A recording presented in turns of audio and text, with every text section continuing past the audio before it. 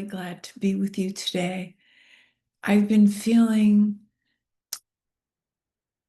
a sense of responsibility in this because talking about my experience with death, it's something that's really immeasurable, and it has felt a little bit daunting and monumental about doing a really good job by bringing to you the very best of the stories and the experiences and finding the ways from all of the things that have happened so that I could bring you the frequency.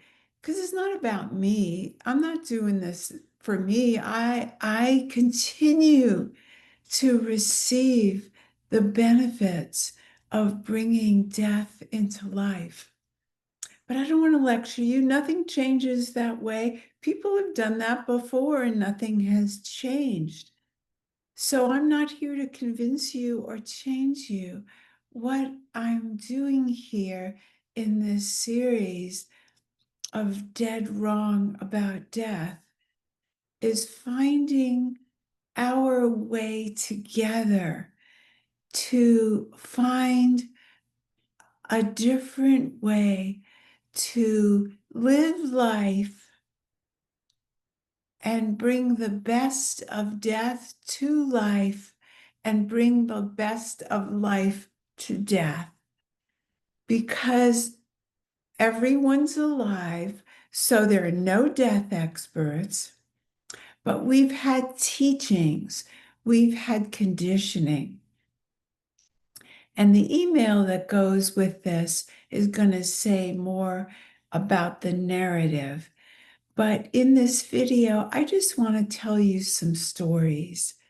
And let's leave the teachy stuff, the narrative, the lectures, the things that would have tried to make a good TEDx talk, some of that in the narrative of the email. And let's leave the video for a conversation of stories and shares. So I want to start with a question for you, because if we were in a conversation, just, having a cup of tea or coffee, I would ask you, do you dread death? Do you avoid death? Do you get scared when someone brings up death?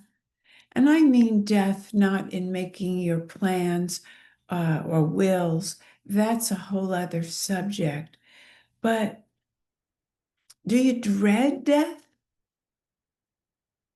I might have said that before, but you know what I mean. Or are you open? Are you open to what they do in Bhutan and bring in death all day? Like, because I am going to die, I want to do this first, especially while I'm feeling well or while I have energy. And I don't want to lecture that as a possibility. What I want to do is ask you, just between you and you, are you on the continuum of avoiding? And if I were to say, hey, I've been thinking about this and that about death, what would you feel inside first? Because what I have gotten in the last few years is a wall comes down, a wall of protection to steel the person to get ready for what's going to come out of my mouth. It's very rare that I don't get that. There are a few people who don't respond that way. And it's not personal, and it's not about a personality type. We've had the belief that death is a bad thing. So I want to start with a story from a friend, colleague, who has a very big community. Hundreds of people come to her talks. And in this community, she was sharing about her dad's death and how she feels connected to him, and he's answering her questions and giving her advice. And afterwards, she got hundreds, maybe not hundreds, but tons of comments, "Sorry for your loss." And her response was, "Did anybody hear me? I don't feel the loss. I feel the connection." So, because there are people out there that are desiring to connect after death, maybe loss isn't the best thing to say. I know we've been trained to say that. It sounds compassionate. And of course, we're going to miss the person. We're going to go through some version of the grief process, because when people that we have loved die and we have a place for them in our hearts and in our lives, we have the human side, but we have another possibility.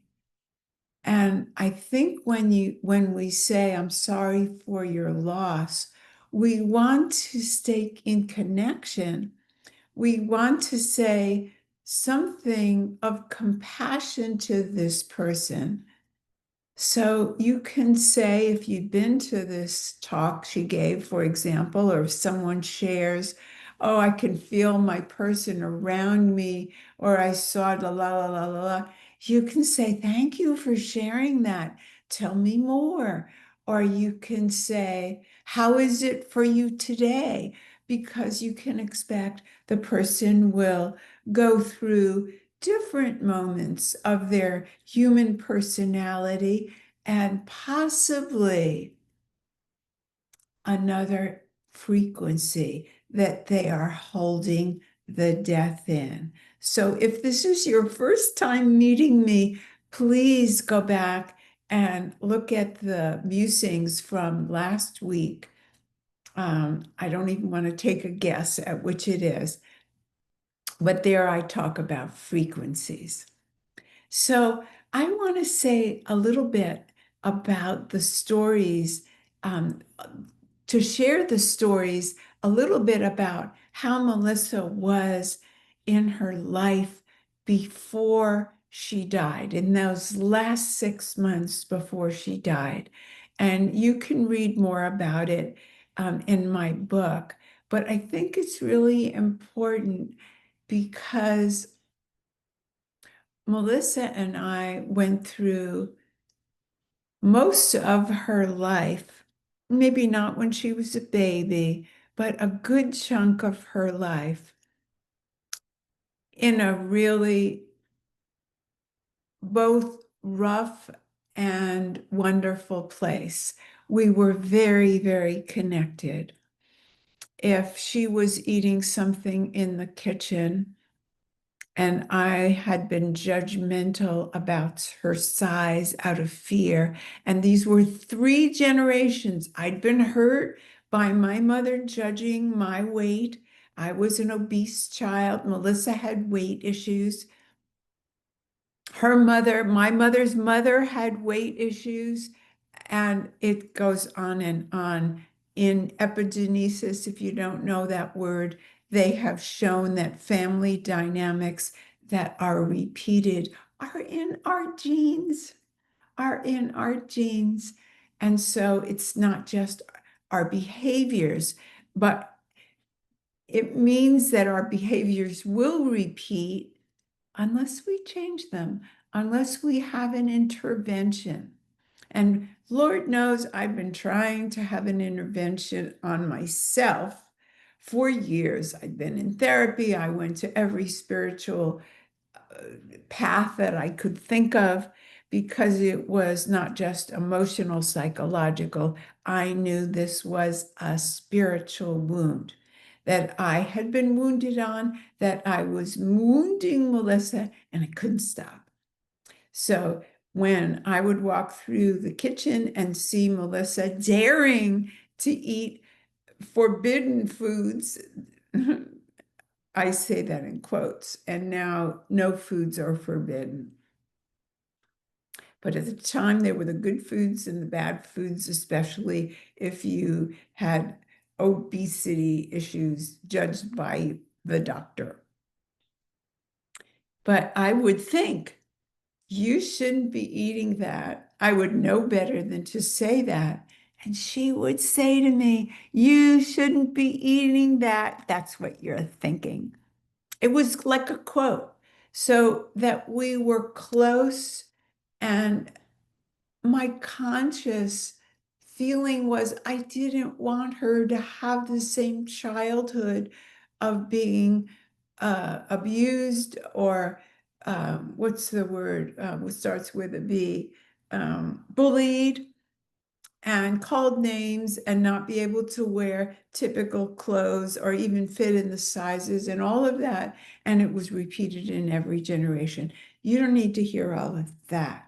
But about 6 months before Melissa unexpectedly passed away, she had no illness that we knew of, wasn't feeling well, but no illness. And that's another story.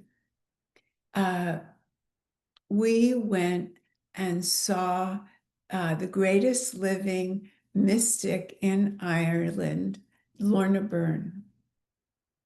And Lorna Byrne spoke only to the issue of Melissa. I didn't tell her anything. She said, Melissa's very stubborn. Well, if you know Melissa and if you know nines, nines are very stubborn. They are sweet, sweet, sweet people and have a kindness and a gentle spirit, and they are stubborn.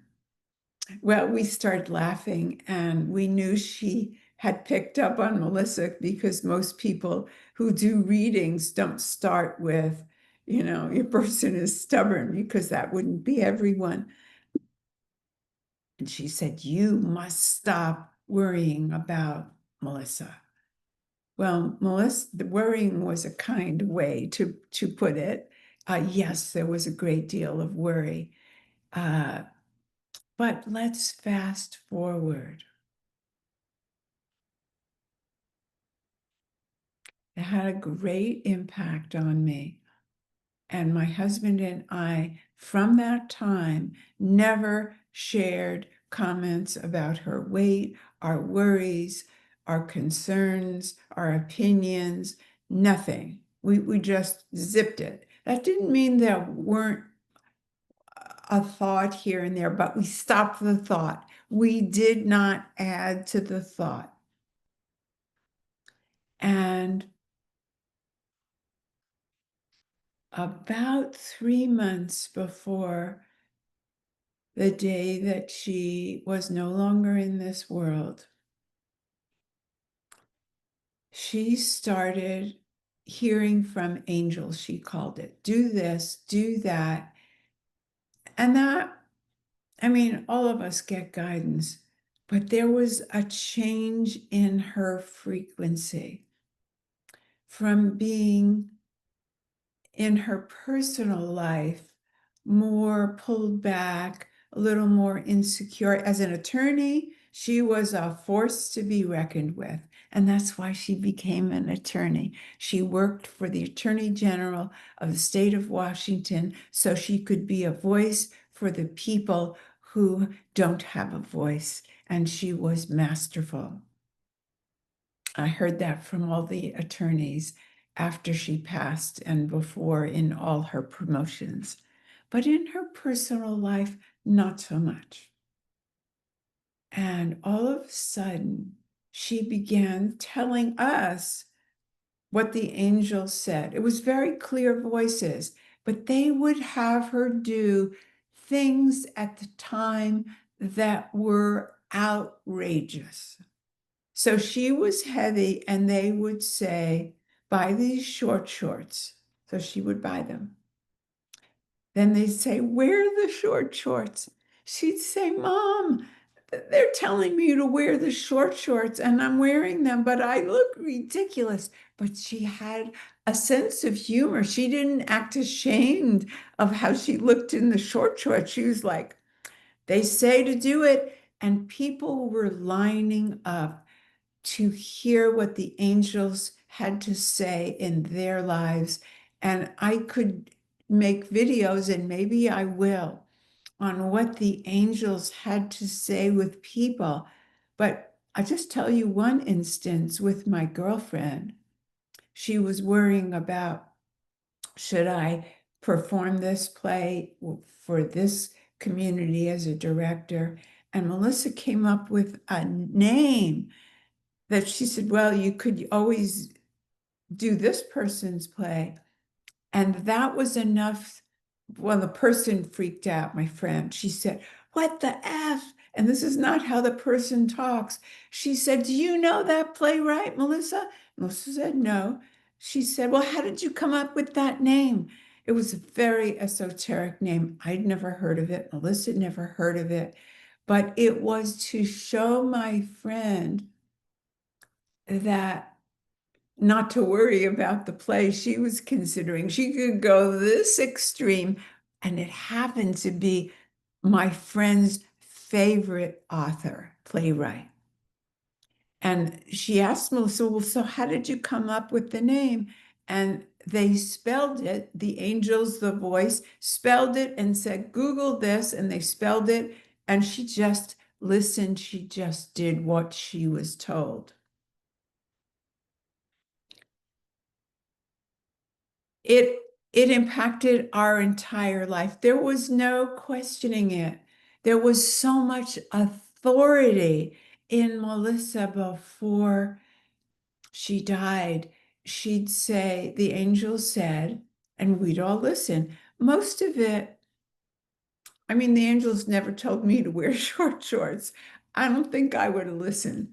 But, the angels would say, go to this restaurant for New Year's Eve. Now, let's see, it wasn't New Year's Eve because it had to be a celebration. Maybe it was Christmas Eve because she died in January. Go to this restaurant. And I'm thinking, oh, I've been there. That's not a place to celebrate.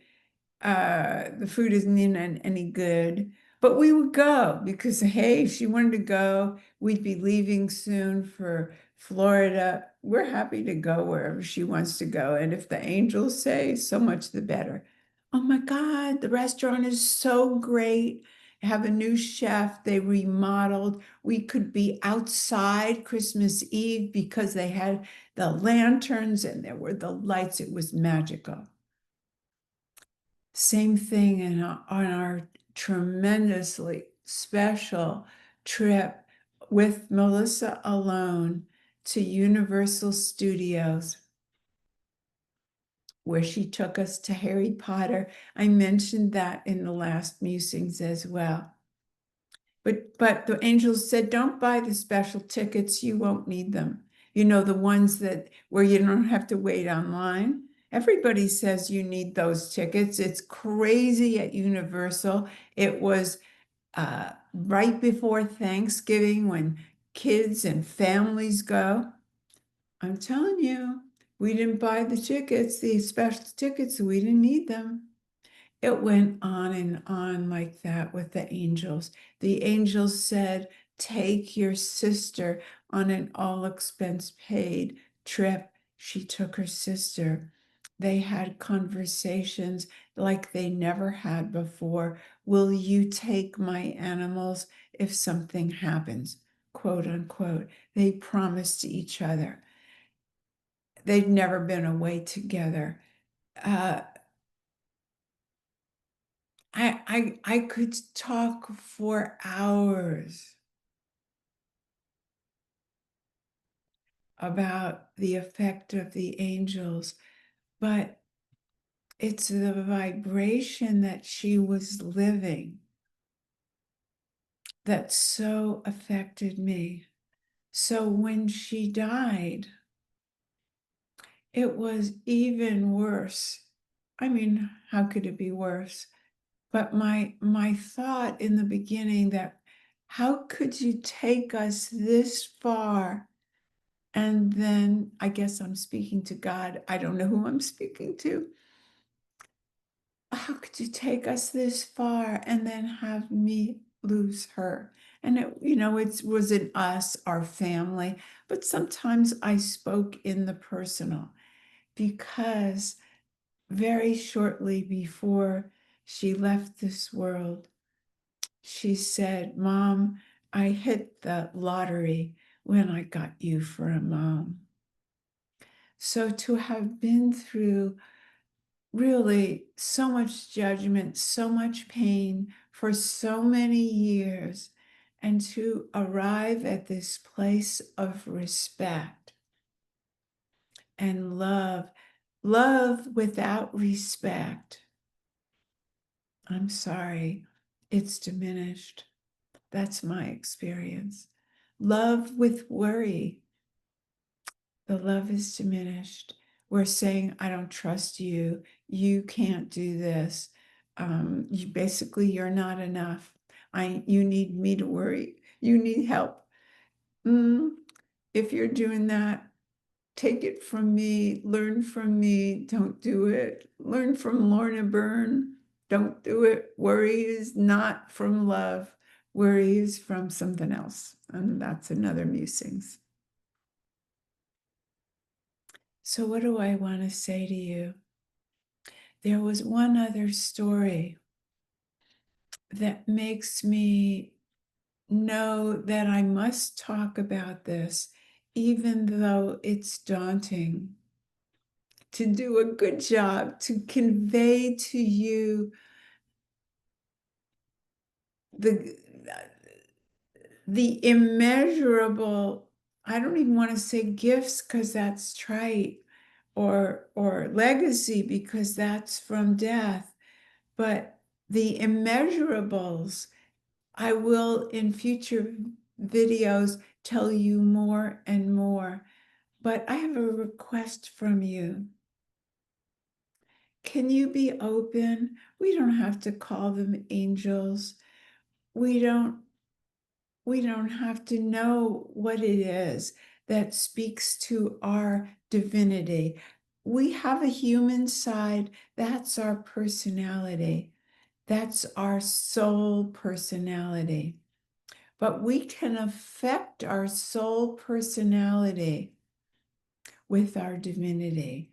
And my best conveyance is going to be through death and the stories of what I heard from Melissa or the angels or whatever you want to call it, my higher self that I wasn't in contact with yet, that I received after she died, that felt like her talking to me until the day she said, "Not going to talk to you in my voice anymore because you're still attached to me and my voice. I want you to take these as downloads from source." And that is what will be transferable to other people because everybody has divinity. Everybody is an embodiment of the divine. It just gets covered up through our mental judgments about things and people and our lives. And so I want to leave you, if I can remember her exact words. It was the day that she died, and we were in contact. We knew she wasn't feeling well, so we were texting more. We were on vacation, my husband and I, with a dear friend of his. And we were even further than where we live in Florida. We were at the furthest point of the Gulf Coast. But we were texting, and I wanted to text her energy. So I asked her a question about the angels. And I had a man who was a co-leader in a group that we were assigned to be together. And this man was very anxious. And he asked me to take over more. And it was my joy to take over. I was very conversant in leading groups, easy for me to talk. So I did. So my question to Melissa, and the group liked it. The group didn't care that we weren't equal in what we did and how we intervened in what came up. And I asked Melissa on the day that she died, Melissa, I have a question for the angels. And she said, yes, tell me. And she kind of perked up even more. The angels always enlivened her. Spirit always enlivens us. How do you feel when you pray? How do you feel when you meditate? How do you feel when you read spiritual material? We feel more in our being, more enlivened. This was Melissa's path. And I said, Melissa, if I had not taken over, would this man have found his power? And her angel said something like, never hide your genius. Never hide your light. Always be the full expression of your brilliance. So that was what she had to say to me the last day of her life. And what can I say? It was over what we had in the lived experience. Yes, there'll be no more Christmases, no more Hanukkahs, no more calls on the phone, no more sharing of really deep, deep, deep materials, because we were so close at the end of her life. That kind of intimacy, I'm not sure I've ever had with anyone else. We told each other things, mistakes. We'd already done the apologies, but we went deeper. You know what I thought? You know what I thought? This is what I heard. We went to trainings, ancestral clearing trainings together. It was a connection I had always desired, but never thought possible for me, for her. And I'm sharing it so that you can get there with your person through these stories. Because if it was possible for us, it is possible for everyone who desires it.